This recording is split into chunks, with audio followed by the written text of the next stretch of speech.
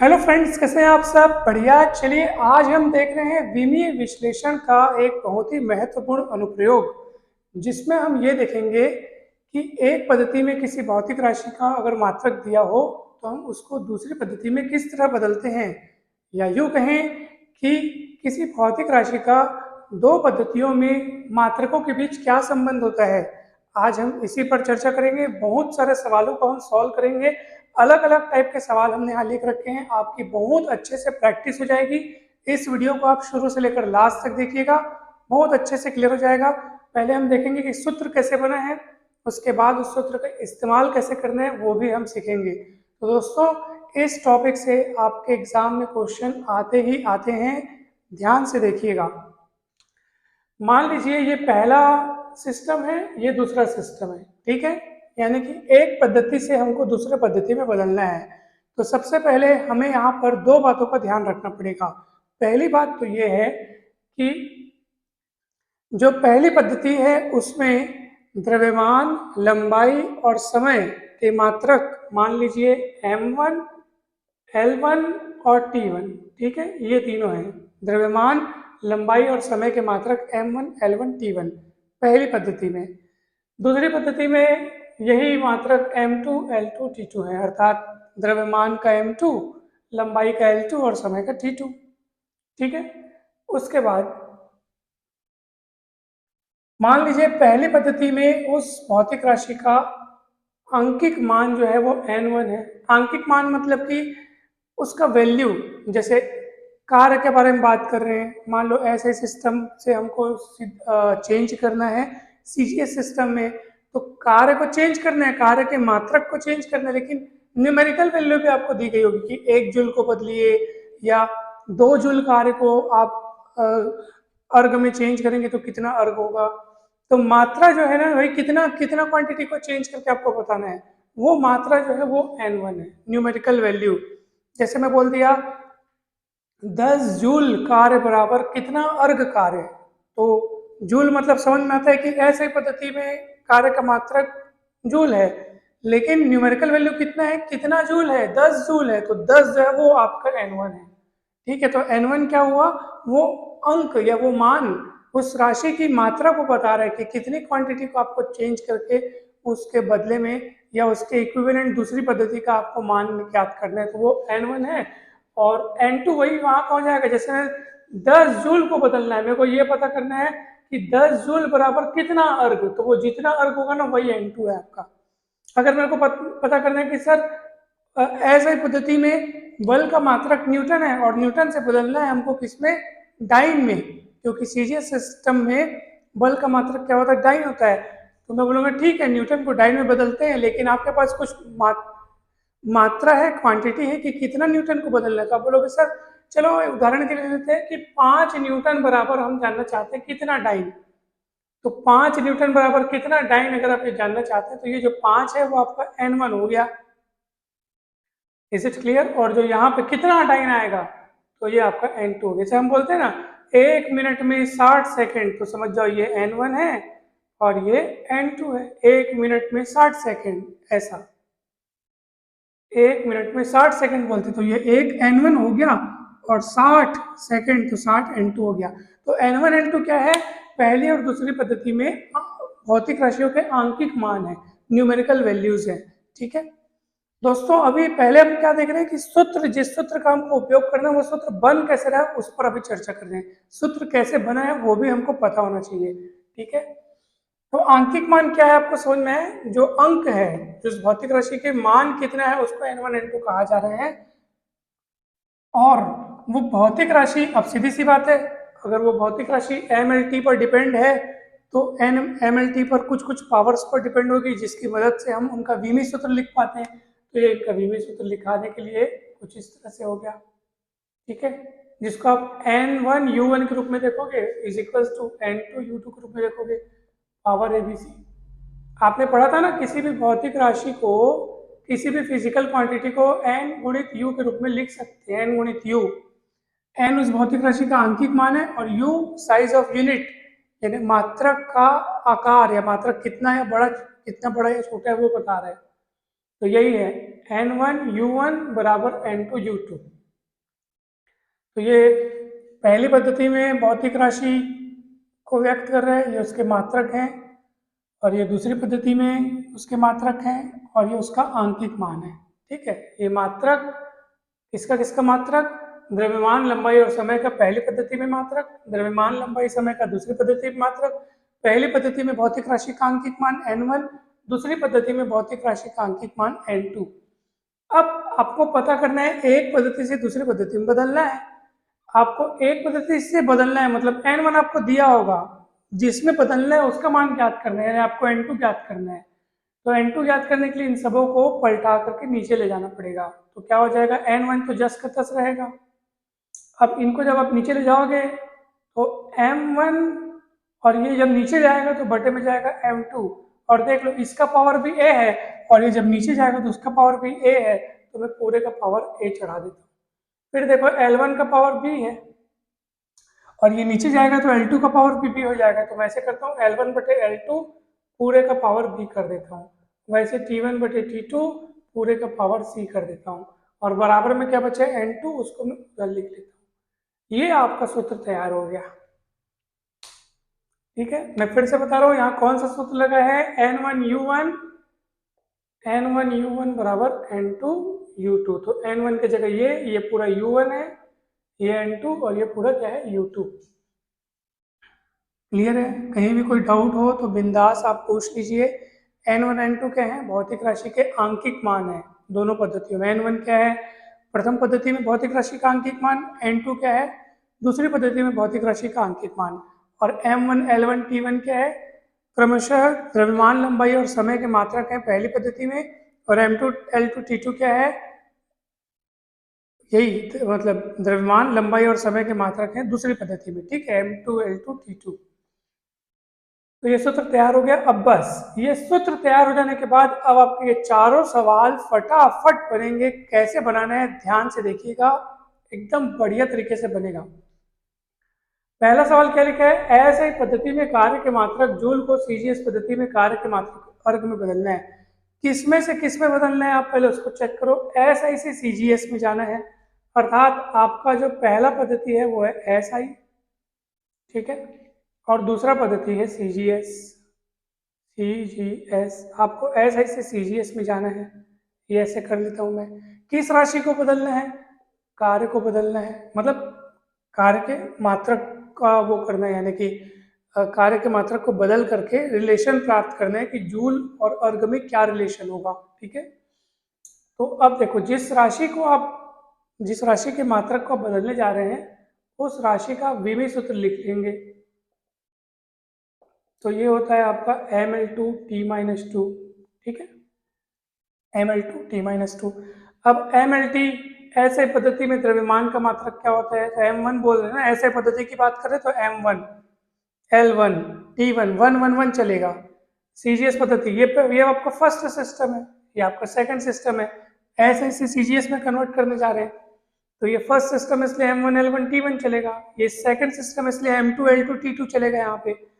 तो अब ऐसे सिस्टम में द्रव्यमान को किससे नापते हैं, किलोग्राम से, तो 1 किलोग्राम यहाँ लिख देता हूँ, और उसका मतलब होता है 1000 ग्राम।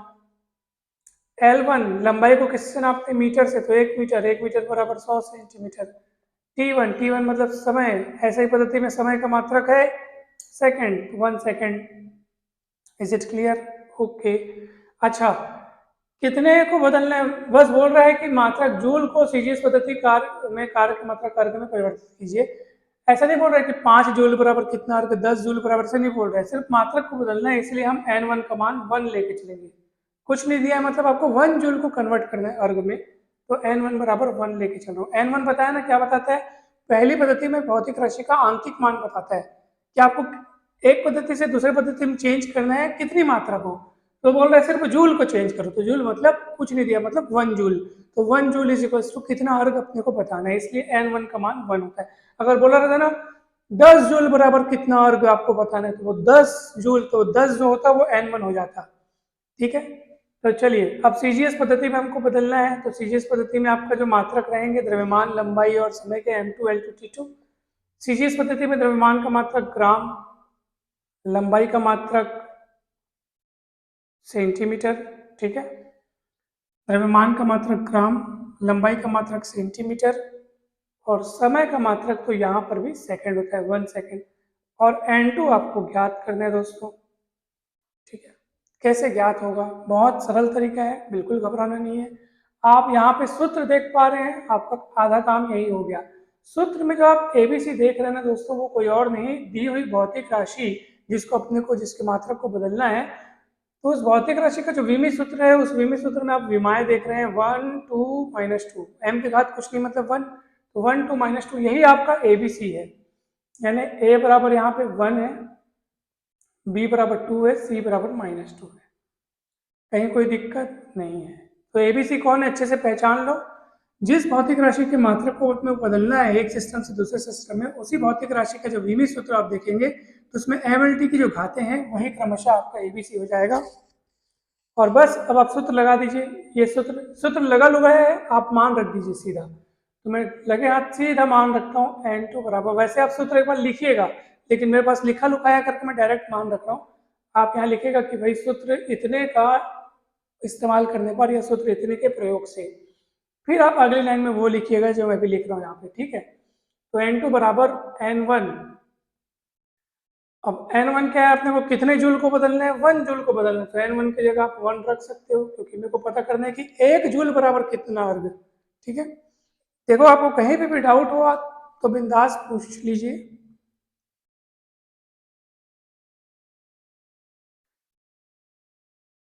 तो N2 बराबर कितना हुआ? N1 का मान कितना है? 1। उसके बाद देखो आप M1 बटे M2, M1 बटे M2 मतलब देखो M1 क्या है? 1 किलोग्राम, जिसको अपन ग्राम में कन्वर्ट किए तो 1000 ग्राम हुआ। तो 1000 ग्राम बटे M2, M2 कौन है? 1 ग्राम, तो ये 1 ग्राम। पावर में क्या है? A, तो A का मान है 1। फिर क्या है आपका L1 बटे L2, L1 कौन है? 1 मीटर, जिसको अपन ने सेंटीमीटर में कन्वर्ट किया तो 100 सेंटीमीटर, ठीक है। उसके बाद आपका क्या है? L2, L2 कितना है? 1 सेंटीमीटर, तो ये 1 सेंटीमीटर। फिर पावर में क्या है आप बताइए? B, तो B का मान कितना है? 2, तो 2 लिखेंगे। फिर क्या होगा? T1 बटे T2, यानी 1 सेकेंड बटे 1 सेकेंड, और पावर में क्या आ जाएगा? -2। तो देखो ध्यान से, अब आपका मान कितना आएगा? N2 बराबर 1, क्योंकि 1 जूल को अपन बदल रहे हैं, है ना भाई।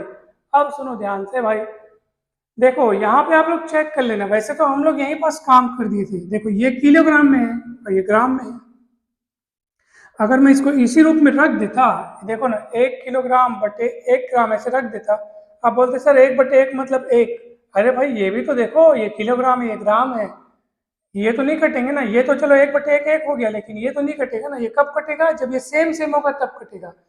अगर मैं इसको ग्राम के रूप में कन्वर्ट यहाँ नहीं किया होता और डायरेक्ट 1 किलोग्राम बटे 1 ग्राम यहाँ पे रखता, तो किलोग्राम बटे ग्राम नहीं कट सकते, तो आपको काटने के लिए सेम सेम करना पड़ता। तो किलोग्राम को आप ग्राम में चेंज करते, तब ग्राम ग्राम कटेगा। वैसे मैंने काम यहीं पे कर लिया था, किलोग्राम को ग्राम में कन्वर्ट कर लिया। अब आप देखो यूनिट भी सेम है ना भाई, अंक से अंक तो आप काटोगे, तो अंक से अंक काटने के लिए आपको यूनिट भी पहले इक्वल करना पड़ेगा। आप बोलोगे सर यूनिट हाँ सेम है, ग्राम ग्राम, तो चलो ठीक है, कट गया, है ना भाई। तो ये आपको ध्यान रखना है। तो यहाँ बचेगा 1000, यहाँ बचेगा देखो सेंटीमीटर सेंटीमीटर कट जाएगा 100 बटे 1, लेकिन वर्ग है, वर्ग है, तो क्या हो जाएगा बताओ? 10 की घात 4 हो जाएगा, क्योंकि 100 मतलब होता है 10 का वर्ग, लेकिन घात में 2 है तो 10 की घात 4। और ये 1 बटे 1 सेकंड सेकंड सेम सेम है, और 1 की घात कुछ भी हो उसका मतलब 1 होता है, ठीक है, आप सभी को पता। और ये N2 का मान निकाल रहे हैं। N2 क्या है बताओ? N2 क्या है? दूसरी पद्धति में कार्य का आंकिक मान। तो N2 का माना जाएगा, देखो 1000 मतलब क्या होता है आपको पता है? 1000 मतलब होता है 10 की घात 3, 3 शून्य है ना, और गुणित 10 की घात 4, तो 10 की घात 7, 3 और 4 7, ये N2 का मान हो गया। तो इसका मतलब क्या है? आपने N1 का मान कितना लिया था? 1 जूल लेके आप चले थे, और N2 का मान कितना है? 10 की घात 7 अर्ग। तो सिद्ध हो गया कि 1 जूल बराबर 10 की घात 7 अर्ग। ये ऐसे चेंज हुआ। कहीं भी डाउट है तो बिंदास पूछिए, कहीं पर भी डाउट है तो बिंदास पूछ लीजिए, बिकॉज जबरदस्त चीज़ें अभी हम पढ़ रहे हैं, काफ़ी इंपॉर्टेंट चीज़ें हैं।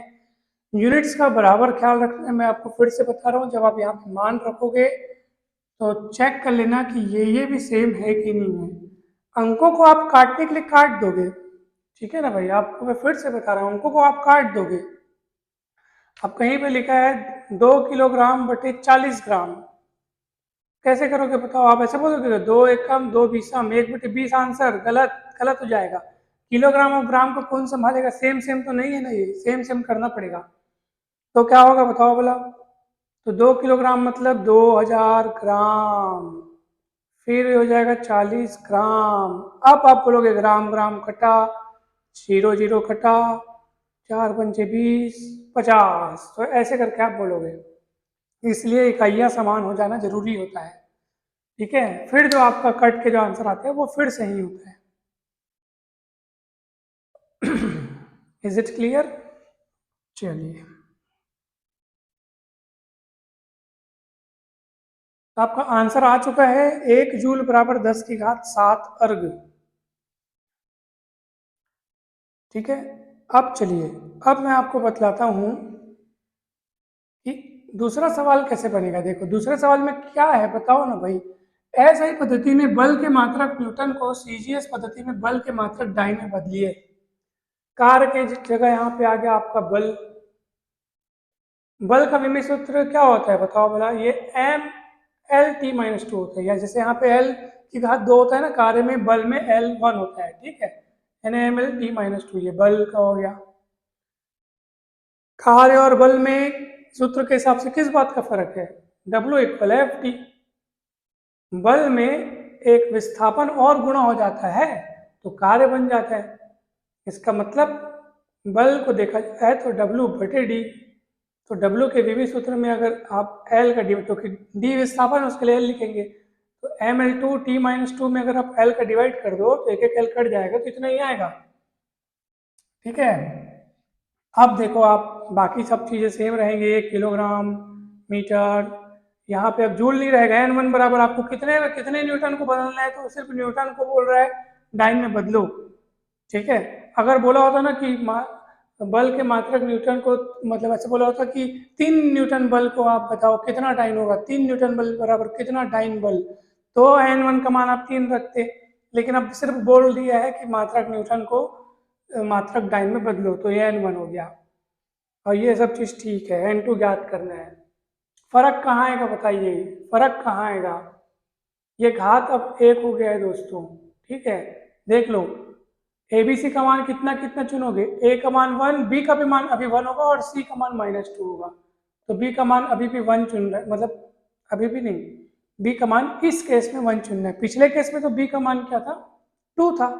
कार्य के समय तो बी का मान 2 था, क्योंकि उस समय mL/t-2 था, ठीक है, तो ये 1 हो गया। तो ऐसी स्थिति में क्या क्या फर्क आएगा देखो यहाँ पर। 1 क्या है? 1 न्यूटन मतलब 1 जूल, तो ये खैर न्यूटन नहीं लिखेंगे बिकॉज हमको सिर्फ अंक वाली वैल्यू बतानी है। तो चलिए, अब n2 का मान कितना होगा? तो यहाँ से 1000 हो गया। देखो ग्राम ग्राम सेम है तभी वो पूरा निपटारा हो पा रहा है, इसलिए आप यहाँ पे केवल अंक को लिख पा रहे हैं, ठीक है। इस बात को ध्यान रखना है कि इसको सेम सेम करना जरूरी होता है। तो ये 1000 हो गया, यहाँ पे सिर्फ 100 आया, ये तो फिर से 1 हो गया। पहले वर्ग था तो डबल शून्य और डबल शून्य, 4 बार शून्य हो गया था, 4 3 7 शून्य हो गया था, इसलिए 10 की घात 7 बन गया था। यहाँ तो 3 जीरो और 2 जीरो मिला करके 5 जीरो हुआ, तो 10 की घात 5 बनेगा, ठीक है। तो n2 बराबर 10 की घात 5 आ रहा है, और n2 क्या है? सीजीएस पद्धति में बल का, ये n2 जो है सीजीएस पद्धति में बल का अंकित मान है, और 1 न्यूटन इज इक्वल टू 10 की घात 5 डाइन, ये ऐसा। अब सही है, तो ये देखो बल का मात्रक भी हमने बदल दिया, 1 न्यूटन में 10 की घात 5 डाइन होता है। कहाँ फर्क हुआ? बस विमीय सूत्र में फर्क होने के कारण इस घात में फर्क हो गया। कार्य के समय यहाँ 2 था इसलिए 2 था, इसलिए 10 की घात 7 हो गया। बल के लिए कर रहे हैं तो ये 1 है इसलिए 1 हो गया, इसलिए 10 की घात 5 हो गया। क्या कठिन है बताइए? बहुत सरल है, बहुत ही ज्यादा सरल है भाई, बहुत ही ज्यादा सरल है ये। चलिए तीसरा सवाल देखो भाई। अब तीसरा सवाल देखो क्या बोल रहा है तीसरा सवाल।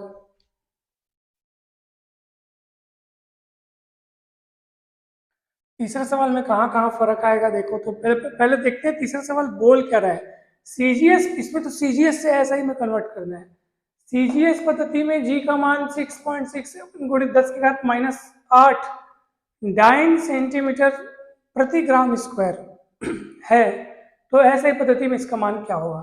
ठीक है, चलो यहाँ पर बात चल रही है जी की। जी क्या है? सार्वत्रिक गुरुत्वाकर्षण नियतांक। ठीक है, तो जी का आपको विमी सूत्र पता होना चाहिए। तो ये होता है m-1 L3 T-2, m-1 L3 T-2, ये जी का विमी सूत्र होता है दोस्तों। उस हिसाब से मैं तुरंत ABC का मान लिख देता हूँ। A का मान है -1, B का मान है 3, C का मान है -2। Is it clear? चलिए आगे बढ़ते हैं अब अपन। ये कहानी पूरी पलट जाएगी, बिकॉज अब आपको SI से CGS में नहीं अपितु CGS से SI में चेंज करना है। तो अब आपकी पहली पद्धति हो गई CGS, दूसरी पद्धति हो गई SI, क्योंकि CGS से अब आपको SI में चेंज करना है। तो यहाँ पे आपका M1 किलोग्राम नहीं बल्कि ग्राम होगा, तो 1 ग्राम, बिकॉज CGS में द्रव्यमान के लिए ग्राम है। ये 1 सेंटीमीटर, इसको बोलोगे 1 सेकेंड। और ये न्यूमेरिकल वैल्यू n1 कितना दिया है, जी का मान कितना होता है और कितना होता है जी है, देखो यहाँ पे दिया है 6.67। देखो ये मान है, न्यूमेरिक वैल्यू है, तो n1 की जगह लिखेंगे 6.67 गुणित 10 की घात -8 लिखेंगे यहाँ पे। SI में कन्वर्ट करना है, SI में कन्वर्ट करना है, मतलब M2 SI द्रव्यमान का SI मात्रक क्या है, किलोग्राम, 1 ग्राम, ग्राम में कन्वर्ट कर दो। सेम अभी से ला ले रहा हूं ताकि वहां पे कोई दिक्कत ना हो। L2 1 मीटर यानी 100 सेंटीमीटर। ठीक है, T2 1 सेकेंड, सेकेंड दोनों में सेम है, और N2 आपको पता करना है। ठीक है, क्वेश्चन मार्क। ठीक है, अब चलिए हमने ABC का भी मान लिख लिया है। विमी सूत्र में जो विमाएं है ना, ये देखो ये विमाएं घातें जो है वही है ABC। अब देर किस बात की, चलिए सूत्र आपके सामने तैयार है। N2 बराबर N1 का मान कितना है सर, ये देखो N1 का मान 6.67 गुणित 10 की घात -8। चलिए M1 बटे M2 करते हैं। M1 कौन है, 1 ग्राम, M2 कौन है, 1000 ग्राम, और पावर में है -1। देखो भैया पावर -1 है, ए कौन है, -1 है, तो यहाँ -1 हो गया। अब कौन होगा बताओ, अब यहाँ पे क्या आएगा, L1 बटे L2 यानी कि 1 सेंटीमीटर बटे 100 सेंटीमीटर, 1 सेंटीमीटर बटे 100 सेंटीमीटर, और पावर में कितना है 3, पावर में कितना है 3B, क्योंकि देखो ये इसी सूत्र को देखो और उसी मान रख रहा हूँ मैं। L1 आपके M1 L1 T1 आपके सामने है, M2 L2 T2 आपके सामने है, मान बस रखना है, घातों में ABC चढ़ाना है और कुछ नहीं करना है, इतना सरल सवाल है। बताओ भला, फिर T1 बटे T2, तो T1 T2 दोनों 1 सेकेंड है, और यहाँ -2 है। अगर यहाँ तक के आपको समझ में आ गया तो फिर आगे कोई दिक्कत नहीं है। ठीक, चलिए अब बढ़ते हैं हम आगे।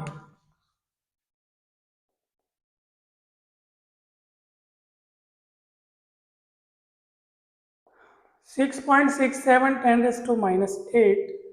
अब देखो आप सभी को पता होगा कि अगर घात में -1 है तो ये अल्टा पल्टी हो जाता है। जैसे मैं आपको बतला रहा हूँ, ये देखो फॉर्मूला x बटा y है और घात में -1 है, तो भैया -1 घात के कारण ये अल्टी पल्टी y बटे x हो जाता है, और घात में +1 हो जाता है। जैसे -2 घात रहता, एक बात की बात, माइनस में घात है तो अल्टा पल्टी होता और घात प्लस हो जाता, तो घात का चिन्ह बदलने के लिए अल्टा पल्टी होता है। तो यहाँ पे -1 है तो प्लस घात बनाने के लिए अल्टा पल्टी होगा, तो 1000 ऊपर चले जाएगा, और 1000 मतलब आपको पता है ना 10 की घात कितना होता है, 1000 मतलब कितना होता है, 10 की घात 3 होता है, तो 10 की घात 3 हो जाएगा।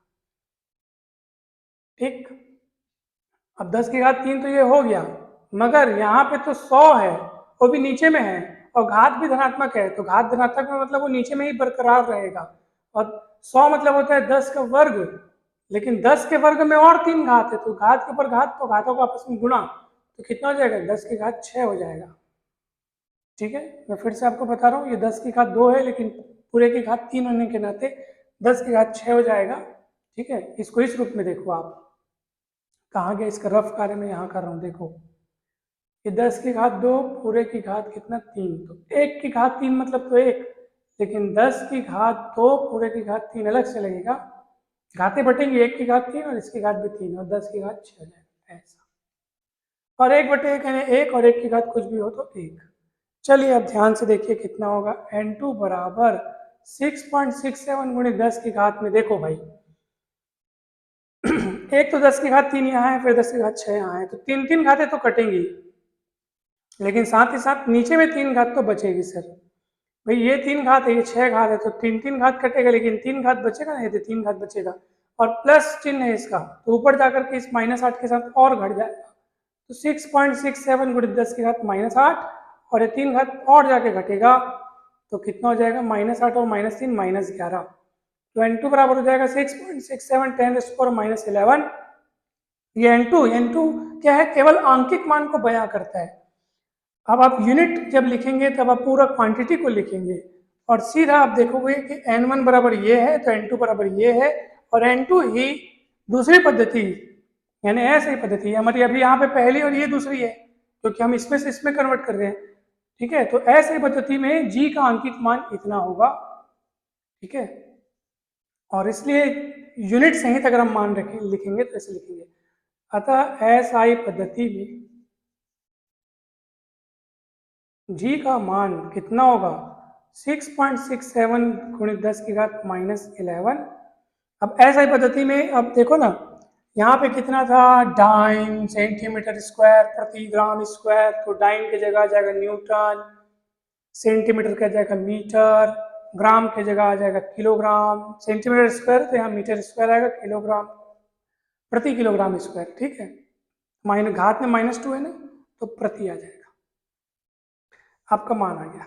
ये यूनिट लिखने में भी आपको कोई दिक्कत नहीं होनी चाहिए, मैं आपको फिर से बतला रहा हूँ, बस ये डाइन को न्यूटन से रिप्लेस कर दिए, सेंटीमीटर के बदले में, है ना, डाइन को न्यूटन से सेंटीमीटर के बदले में, सेंटीमीटर स्क्वायर के बदले में मीटर स्क्वायर, और प्रति ग्राम स्क्वायर के बदले में प्रति किलोग्राम स्क्वायर, और ये आपका मान आ गया। बताइए कहीं कोई दिक्कत, कहीं कोई डाउट? हो ही नहीं सकता डाउट, तो इतना गजब और इतना बेहतरीन तरीके से हम लोग समझ रहे हैं। और इस टाइप के अगर कोई भी सवाल आपके एग्जाम में आते हैं तो मैं एकदम गारंटी देता हूँ कि अगर आपने इसको अच्छे से समझा होगा तो पूरा पूरा बन जाएगा। एक बच गया चौथा सवाल, वो थोड़ा हट के है, क्योंकि उसमें कोई पर्टिकुलर जो हमने 4 सिस्टम पढ़ रखे हैं उनमें से कोई सिस्टम में चेंज करने नहीं बोला, वो अपना ही कुछ अलग सिस्टम बताया है, लेकिन घबराने की बात नहीं है, बहुत आसानी से आपको समझ में आ जाएगा। बस ध्यान से देखने की जरूरत है, ध्यान से देखिए बस।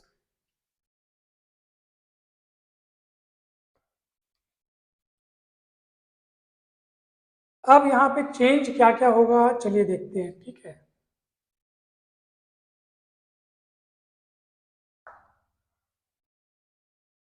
चलो मैं इसको मिटा करके नए सिरे से लिखूंगा।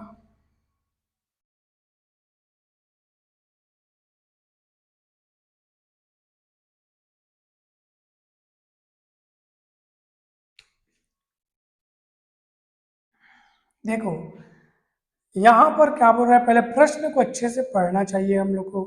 60 जूल प्रति मिनट का मान एक ऐसी पद्धति में क्या होगा जिसमें 100 ग्राम 100 सेंटीमीटर और 1 मिनट मूल मात्रकों के रूप में है, यानी ये द्रव्यमान का, ये लंबाई का और ये समय का मूल मात्रक है। अब वो कैसी पद्धति है देखो ना, अब हम लोग क्या पढ़े हैं, ग्राम किलोग्राम ये सब पढ़े हैं, और इसमें ग्राम किलोग्राम नहीं, 100 ग्राम, सीधा 100 ग्राम मूल मात्रक के रूप में 100 ग्राम है, मूल मात्रक के रूप में 100 सेंटीमीटर है, मूल मात्रक के रूप में 1 सेकंड नहीं है, हम लोग 1 सेकंड पढ़े हैं, चाहे वो MKS हो चाहे CGS हो चाहे ऐसी पद्धति हो, है ना भाई। यहाँ पे तो 1 मिनट बोल रहे हैं, 1 मिनट, तो ये इसने कुछ अपना नया ही पद्धति मतलब प्रश्न में बताया गया, और उस नए पद्धति में हमको मान क्या होगा ये पूछा है। किसका मान पूछा है वो भी देख लो आप। 60 जूल प्रति मिनट बोल रहा है, प्रति मिनट। तो भैया 60 जूल अगर प्रति मिनट है तो 1 मिनट में होता है 60 सेकंड, आप सभी को पता होगा 60 सेकंड। उस हिसाब से 60 कटेगा तो 1 आएगा, और ये कितना होगा जूल प्रति सेकंड। अरे जूल प्रति सेकंड का मतलब आप सभी को पता होता है। जूल देखो, जूल क्या है, जूल कार्य का ऐसा ही मात्रक है। सेकंड क्या है, समय का ऐसा ही मात्रक है। और कार्य बटे समय बराबर होता है शक्ति, आप सभी को पता होगा।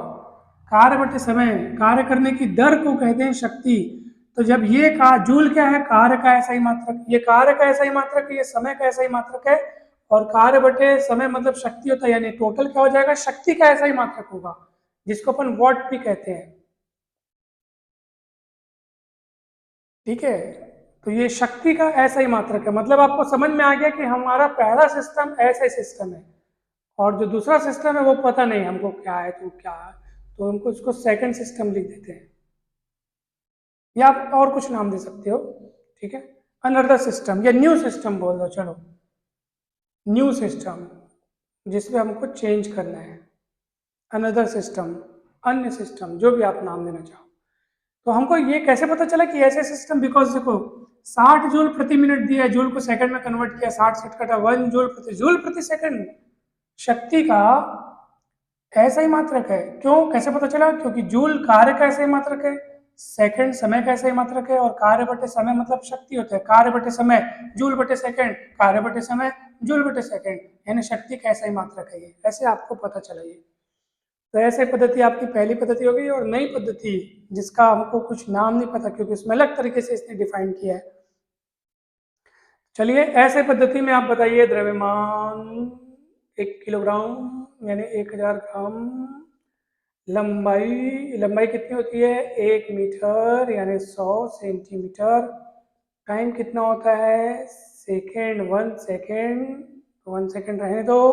और N1 कितना जूल को बोल रहा है, कितना जूल चेंज करना है 60 जूल, N1 का मान 60 है यहाँ पे। चलो अब यहाँ पे M2 देखो क्या बोल रहा है, ग्राम। अब पहले तो अपन ग्राम लिख देते थे, जैसे CGS में बदलना होता तो 1 ग्राम, मतलब जिस पर्टिकुलर सिस्टम में कन्वर्ट करना होता तो उसके हिसाब से हम लोग लिख देते थे। CGS है तो 1 ग्राम, ऐसे ही रहता था तो 1 किलोग्राम। यहाँ तो कुछ पता नहीं है।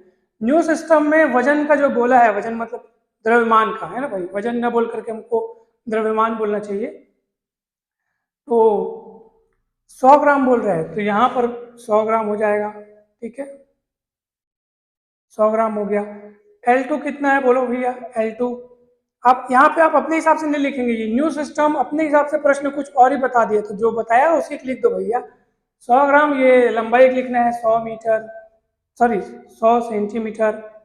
समय को लिखना है 1 सेकंड नहीं, 1 मिनट, मिनट। ठीक है,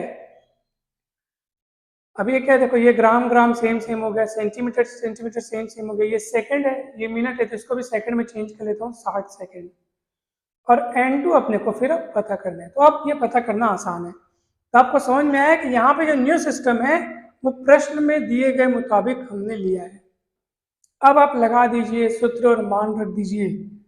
अच्छा, यहाँ पे पता चल गया कि ये कार्य बटे समय यानी शक्ति की बात चल रही है, तो शक्ति का विभव सूत्र तो हमको याद होना चाहिए ना भाई। शक्ति का विभव सूत्र कुछ नहीं, कार्य बटे समय, तो कार्य के विभव सूत्र में आप समय का भाग कर दो।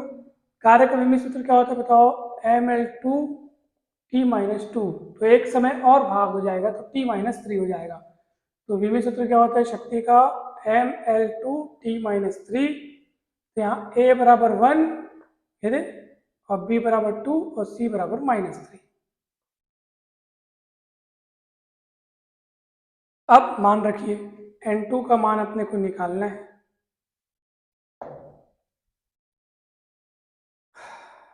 ठीक है, चलिए N1 का मान कितना है 60, ये देखो 60, M1 बटे M2 m1/m2 मतलब 1000/100 करेंगे। अब 1000 ग्राम/100 ग्राम, घात में 1, घात में a लगाना है, ए दे ए मतलब 1। फिर L1/L2 यानी कि कितना होगा 100 सेंटीमीटर/100 सेंटीमीटर। ठीक है, चलो 100 सेंटीमीटर/100 सेंटीमीटर, तो घात में यहाँ पे कितना है 2। अब समय के बारे में बात आएगी, तो 1 सेकंड/60 सेकंड और घात में आएगा -3। यहाँ तक के कोई दिक्कत है तो बता दीजिए, क्योंकि हमने कुछ नहीं किया है, मान को बस रखा है। ठीक है, मान बस को रखा है और कुछ नहीं किया है। अब देखो अब क्या होगा,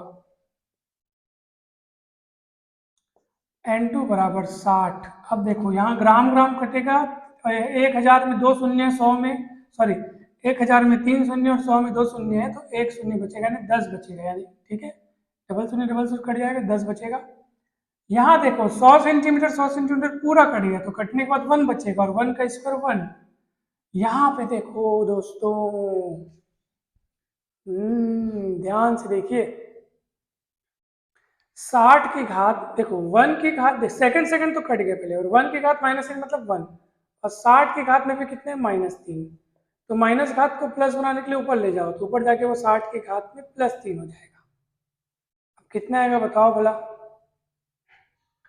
तो यहाँ पे पहले आप क्या करो, देखो 60 60 60 3 बार है, एक बार और 60 है, यानी 60 की घात 4 हो गया, 60 की घात कितना हो गया 4, और ये 10 और है।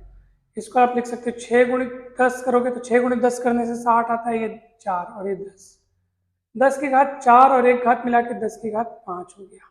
लेकिन 6 के घात में भी 4 है, तो 6 छक्के 36, और 36 गुणित 36, ऐसे आपको 36 का वर्ग आपको बतलाना पड़ेगा। तो मैं आपको बतला रहा हूँ 36 का वर्ग कितना होता है। 6 का वर्ग 36 हासिल 3, 6 3 18, 18 दूनी 36, 36 3 39 हासिल 3, 3 का वर्ग 9, 9 3 12, 1296, 1296। ठीक है, तो 1296 गुणित 10 की घात 5, और यूनिट क्या लिखे, तो यूनिट तो पता ही नहीं है, न्यू सिस्टम बोल दिए, तो यूनिट्स ऑफ ऐसे लिख देंगे, units of power in new system, ऐसा। चाहो तो आप इसको ऐसे भी लिख सकते हो, 1.296 गुणित, अब 3 अंकों के बाद दशमलव लगा दियो ना, तो यहाँ पे आपको 3 मतलब वो जो है जो घातें हैं वो 3 क्या करनी पड़ेंगी, बढ़ानी पड़ेंगी, तो बढ़ा दीजिए तो 8 हो जाएगा। तो units of power in new system. ठीक है,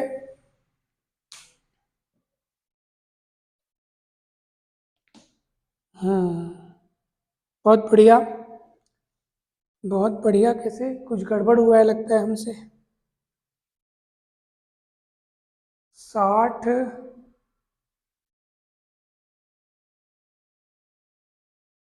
अच्छा सॉरी दोस्तों, देखिए मुझसे एक गलती हो गई है, और वो गलती ये है कि n1 का मान मुझे 60 नहीं बल्कि 1 रखना चाहिए। पूछो क्यों। अब मैं गलती क्या किया, मैं डायरेक्ट 60 देख करके 60 रख दिया था, क्योंकि मेरा n1 क्या है प्रथम पद्धति में आंकिक मान, तो 60, लेकिन मैं ये भूल गया था कि मैंने उस 60 जूल प्रति मिनट को जूल प्रति सेकंड में चेंज कर दिया है, जिससे 60/60 कट करके 1 हो चुका है। ये हमारी भूल हो गई थी, इसलिए आप इसको ध्यान रखिएगा, बिकॉज आपने चेंज किया तब तो आपने जूल बटे सेकंड देखा, तब तो आपको पता चला कि अरे ये तो शक्ति का ऐसा ही मात्रक है जो कि 1 जूल प्रति सेकंड यहाँ पे आपको मिला है। तो एक बार बहुत अच्छे से ध्यान दीजिएगा कि यहाँ पे n1 का मान 60 नहीं बल्कि आपने उसको चेंज किया, इसको मिनट को सेकंड में चेंज किया, तब आपको कट पीट के 1 आया है, तो आपको 1 रखना है, और इसी वजह से आपका आंसर जो है वो थोड़ा चेंजेस आएगा। कहाँ कहाँ बदलाव आएगा, ज़्यादा घबराने की बात नहीं है, बस ये n1 का मान जो 60 लिख दिया था हमने भूल से गलती से, वो 1 हो जाएगा। चिंता की बात नहीं है, गलती जो हुई थी वो सुधर चुकी है। अब इसलिए क्या होगा बताऊं, नीचे क्या चेंजेस हो जाएंगे। चेंजेस ये हो जाएंगे कि जो 60 की घात 4 हो गया था, अब 60 की घात 3 ही बना रहेगा वो।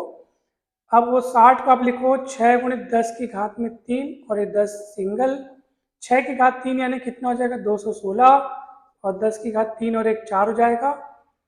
अब इसको 2.16 करके आप 10 की घात 6 बना सकते हो और यहाँ पे लिख सकते हो न्यू यूनिट्स ऑफ, या हाँ न्यू यूनिट्स ऑफ पावर, ऐसे आप लिख सकते हो, क्योंकि शक्ति की नई इकाइयाँ जो प्रश्न में दिया हुआ आपका नया सिस्टम है उसके अकॉर्डिंग होगी।